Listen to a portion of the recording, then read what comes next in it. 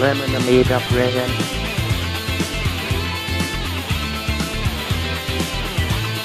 A Playguide video review. Sit back and enjoy the show.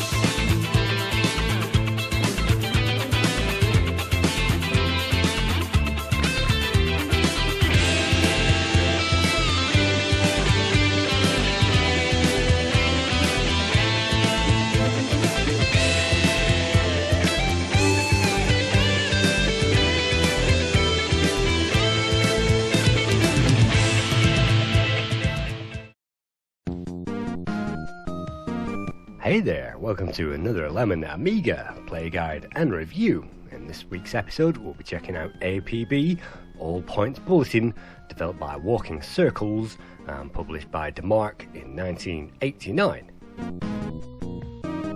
By pressing fire, the game gives us an options screen, and from here we can choose one of the first 8 levels in the game to start from. The very first level is a practice mission, and all we have to do is to arrest 2 cones, and to do that we hold down the fire button over a cone and that will enter arrest mode.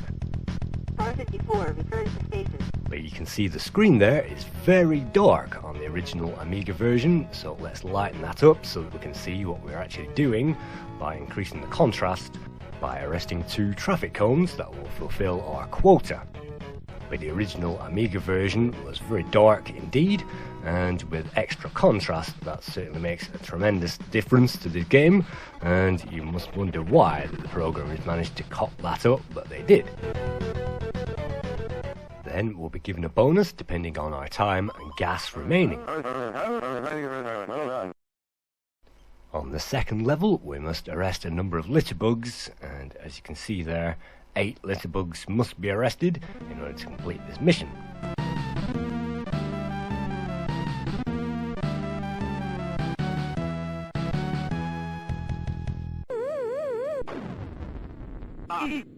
If we collide with the other cars, not in arrest mode or any part of the scenery, then we'll blow up and we'll gain a demerit. You can see the demerits at the top of the screen. We are given 12 of those, and on the 12th demerit, either an illegal arrest or a collision, then we'll be canned and it's game over. Car 54, return to station. Even after we've completed the quota, it's important to remain in arrest mode because all that traffic will collide with us, and you can see me collecting a donut, and that will increase our time. You can see the time is on the instrument panel, that pi meter is still on green, and if we collect donuts then that will be recharged, and we have a certain time limit to get through these missions, and you can see me arresting extra people there even after the quota, and that will give us ×2 score for those arrests. But while we make our way to the police office, the police station, we also find a number of upgrades available in the tune-up shop, and we can only select one upgrade, either the speed or the acceleration, so let's choose the acceleration. To begin with, our car is pretty basic, and we'll have to upgrade that as we go along. You may be able to hear that the music and the sound effects don't always play together at the same time, but that's an Amiga game, so that's not too bad. And so now that we've collected that donut and crashed again, then let's make our way back to Police HQ.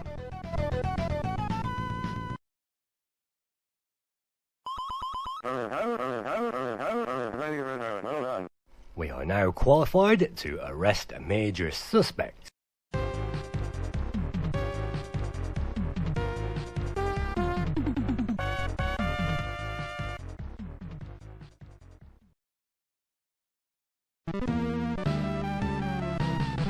On mission 3, you can see all we have to do is to arrest 4 litterbugs and 1 helper, and those can be done basically at the start of the mission.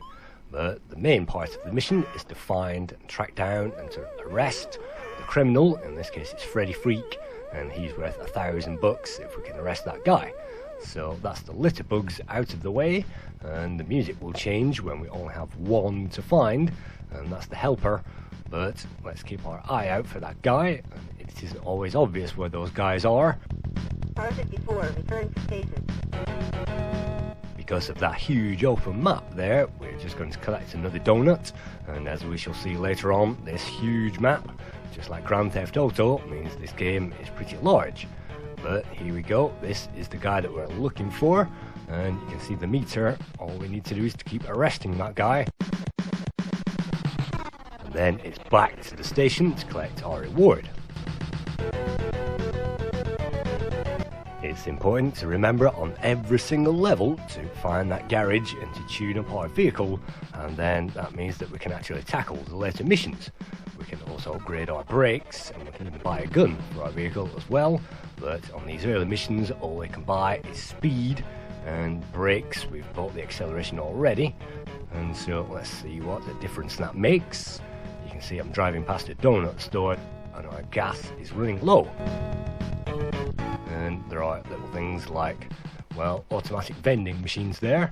There are gas stations in this game, so let's pull over and resupply our gas, and we'll actually get a bonus for extra gas at the end of the level, so may as well top up. And a bonus for time, so may as well have plenty of time before we find that police station. And again, let's arrest a few more guys. So this map is huge and all the levels are quite large, but at this stage certain sections are barriered off, so that makes these levels a bit more linear. Back at the station, it's time to interrogate that criminal.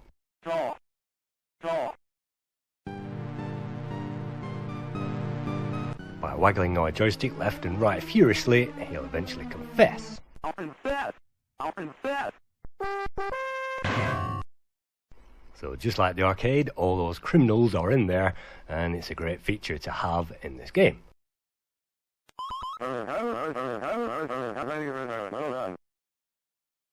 On to mission 4, and this time we have to pick up a hitchhiker and 4 honkers.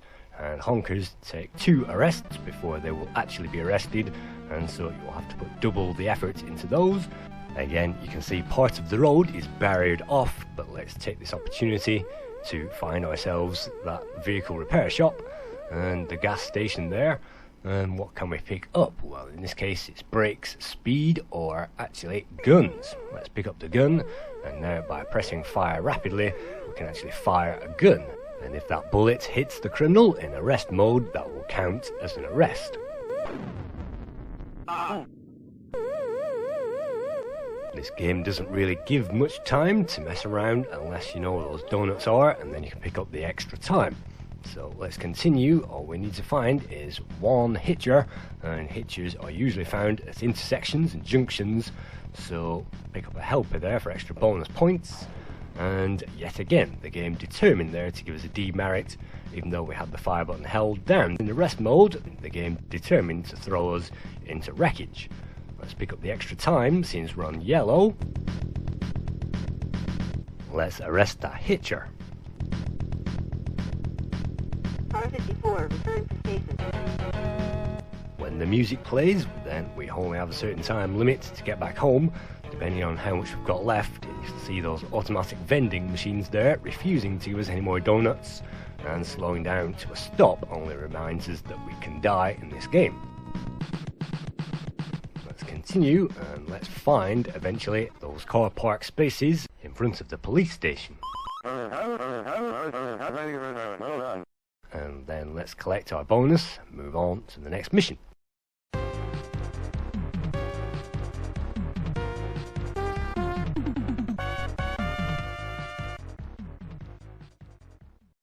All the major criminals in this game will be driving unique vehicles, and if you spot those and you know what those look like, then it's not too bad. And again, on these early missions we almost fall over those because of the barriers in the road, so we don't have to go too far offline to find those. And sometimes those criminals will actually throw barriers in our way and throw missiles towards us, and bottles and things which explode, and bullets later on. But for the moment all we have to do is to ram that criminal in arrest mode, and hopefully that should see her out of the picture.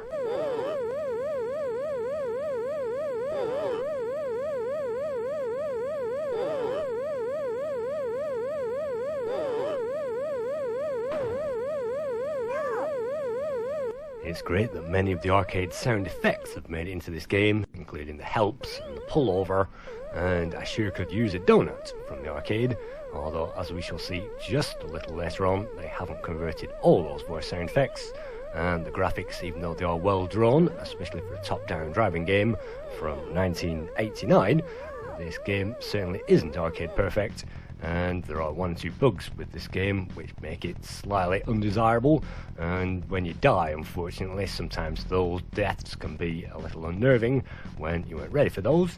But you can see I still need 1 hitcher, and if I complete the level with a criminal on it, then I won't get a demerit, but otherwise I will get a demerit for not completing that quota. Let's waggle left and right furiously before our boss walks down those steps, and this great animation as the fat guy tries to make it.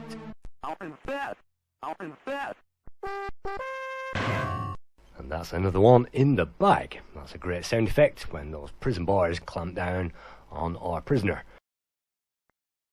Strangely, the waiting time there is a little delayed as we move on to the next mission, and I think there are about 20 missions on the Amiga version, and I presume they are the same as the arcade. You can see on this mission we actually start in the wrong direction, so what I like to do is to slip between the barriers and to go around the opposite way, and yes, you can complete these missions by driving up the screen or down the screen at the player's discretion, but I find usually driving up the screen is slightly easier, because as you can see we are on the bottom of that screen, and it means driving into oncoming traffic. Driving down the screen is made all the harder. You can see on the Commodore 64 version there, as we upgrade our vehicle, the 64 is a great attempt at this game. You can see the fancy dash graphics there on the right have been replaced by a blank grey box, but apart from that, you can see apart from the speed, everything else is in the game, and it's certainly APB. You can see the Amiga isn't too far away in graphics, and the Commodore 64 is a valiant job. And the train there, yes, there are trains in the Amiga version, just like the arcade. But if we take a look at the arcade, you can hear the voice sound effects are certainly a lot better. Car 54, return to station. You can see skid marks, and those were found in Grand Theft Auto, which came out in 1997.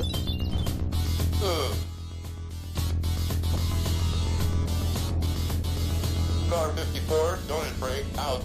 So it took them 10 years to basically find another format as good as this.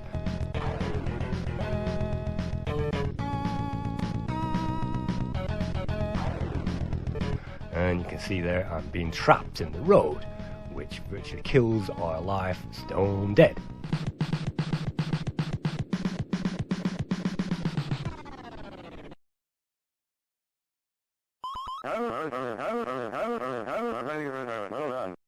That means we have precious few demerits remaining to capture our next criminal, which in this case is Bernie Gassman, and he's driving a wreck of a vehicle, and all we have to do is to arrest that guy, and the suspect must be rammed off the road as usual.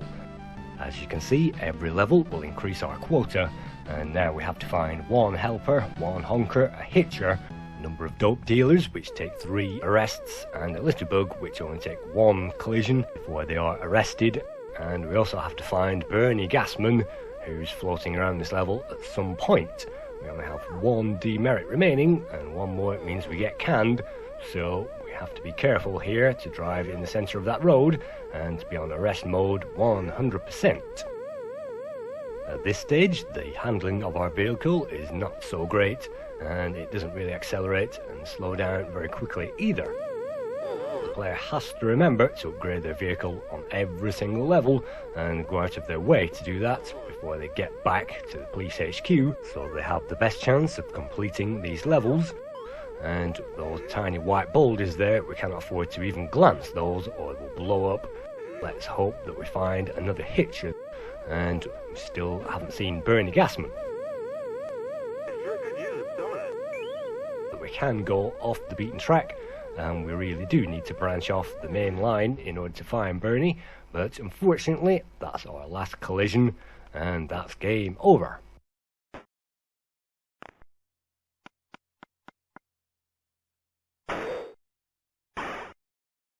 I I guess the biggest issue for me is the brightness and the contrast, and I remember having to turn this up on a normal TV when playing this in the 1980s and 90s. You can see there a huge difference in the screenshots, but if you are playing the WHD version, then that actually gives you a custom item, and replacing the custom to 222 will enhance the contrast in the game, and well, we'll check that out and see if that increases the contrast enough to make it playable. This effect won't be as good as the colour correction that I did on the original live footage, but you can see it has made a difference to the original contrast and brightness in this game. And if you want to increase the contrast even more, if you press F12 and on the display menu there you can see contrast, we can actually increase that to a value, maybe 33%, and that will increase the contrast enough for us to see that game. It's great that there are bonuses to pick up, like these sacks, which include money and instant quotas, but look at that. If we zoom in there on the action, we are in full arrest mode, and unfortunately the game considers that a foul and we lose a demerit just like that. But you can see sometimes this game plays a little unfairly, and those sacks, as I say, sometimes they can remove demerits and give us instant quotas, so sometimes it's worth picking those up, but sometimes they will give us a demerit, so sometimes those sacks can be booby traps, and so on the odd occasion it is not worth picking those up. You can see I'm off-roading there, collecting some donuts and some more sacks, but look at that, another booby trap and another death. So this game is a mixed bag in itself. Sometimes you can really get far and stay out of trouble, and sometimes taking those detours can reward us, and sometimes it just wastes time and it means that we are driving endlessly around these levels.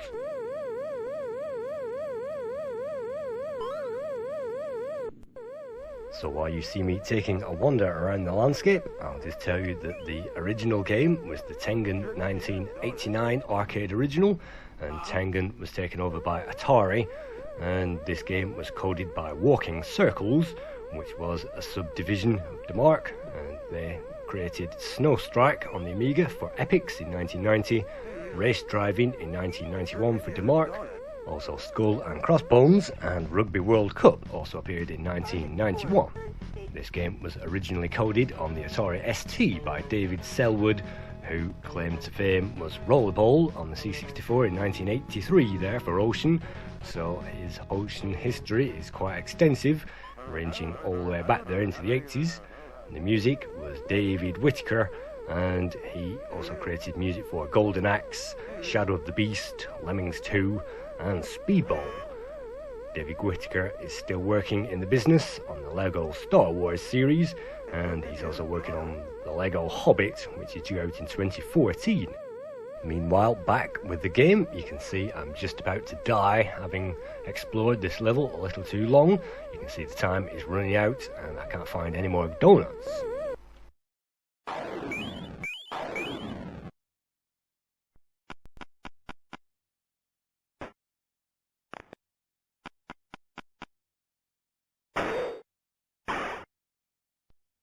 I just love the way most of the animations from the arcade have made it in there. They really do help the presentation, and we can even get blasted by the boss in 3 or 4 different ways as well.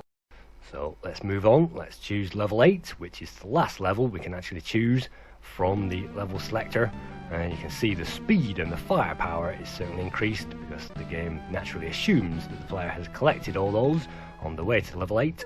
So if you skip to level 8, it will award you with those. And now the game really does take on a different challenge. Now we are very fast indeed, and acceleration and speed isn't a problem. Road holding is absolutely perfect, and as long as we stay in arrest mode, we can find vehicles flying left and right, dying to be arrested. Let's not forget to upgrade either, and let's collect some more speed, and that gives us immense speed in this game. And I'm very surprised that there weren't more games of this type on the Amiga, given the very smooth polish and the very fast scrolling that can be achieved in this game. Certainly very much faster than Nitro and some of the other games that we've reviewed, including ATR, but the graphics are very much simpler, as you can see. So let's complete that quota, and on level 8 it doesn't give us much time to do that, so we have to find all those donuts, and well, if we don't collect those donuts and we don't hang around for those, unfortunately they are timed, so sometimes you will simply run out of time again.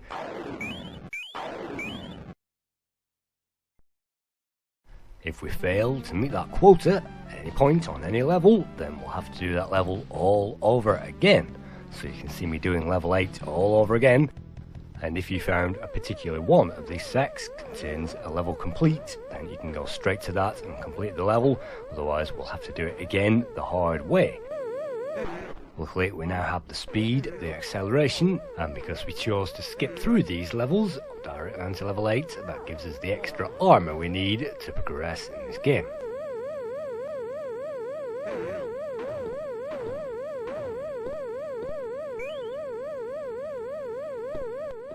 Moving on to the scores, Amiga Computing gave this game 92%, Zap gave it 89%, CU Amiga gave it 82%, Amiga Format only gave it 81%, Amiga Action only gave this game 62%, Amiga User International gave this game 60% in November 89, and the Power Player magazine only gave APB 36% in December 1989, complaining that it had jerky scrolling and it had lost the arcade quality graphics. I think they did a reasonable job in this game considering, and although they didn't rip the arcade quality graphics, at least those excellent animations have made it, and a certain amount of the atmosphere is there as well. So thank you for viewing another Lemon Amiga play guide and review. Hope to see you again sometime soon.